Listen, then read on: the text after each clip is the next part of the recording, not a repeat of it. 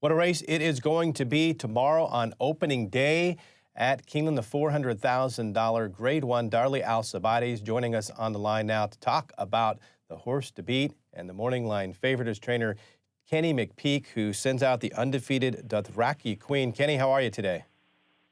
I'm doing great, thanks. This is something special for you because you tagged her for $35,000 last year at Keeneland, and here you are as the favorite in a $400,000 race. That has to make you feel pretty good. Yeah, I enjoy that.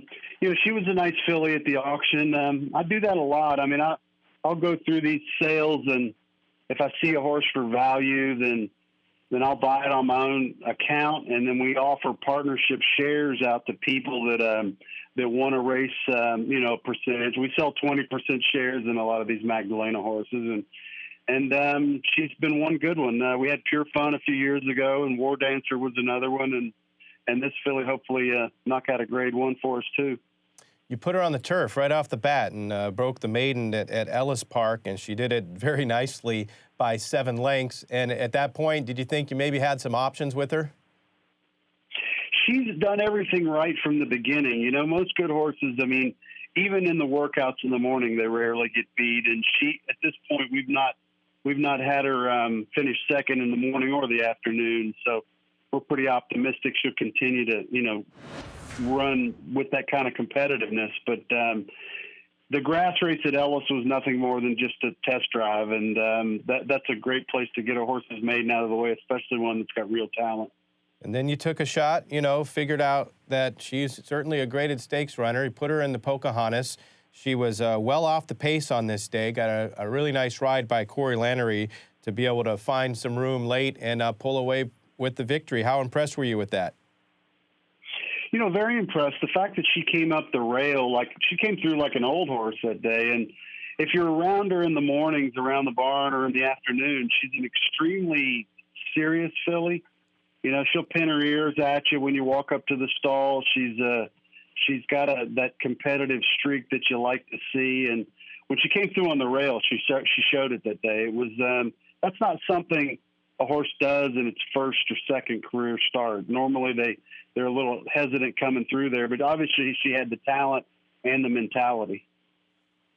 And going into the Alcibiades, it's a very deep field in here, 11 fillies going. You've drawn sort of mid-pack, and do you only have that one style where you just have to take back and let the dust settle? I don't think so. I think that Corey could let her run early and lay her a little closer. I go into the first wire, and this race can be a little tricky, and I would rather see him, let her run a little bit early. She's capable of it. I'd rather see her run early, and if she's not good enough, that's one thing. But if you get too far back and you get in traffic, it makes the job a little bit more difficult. Well, we'll put the faith in Corey Lannery that he can work out another trip like he did last time out. He's one of my favorite riders, so I think he's probably one of your favorites as well. Yeah, and he does a great job, Corey. For years he's been rock solid professional, and nothing's changed with him. And he comes to work with a smile on his face, and certainly has done a good job for me. And going to continue to have him help us.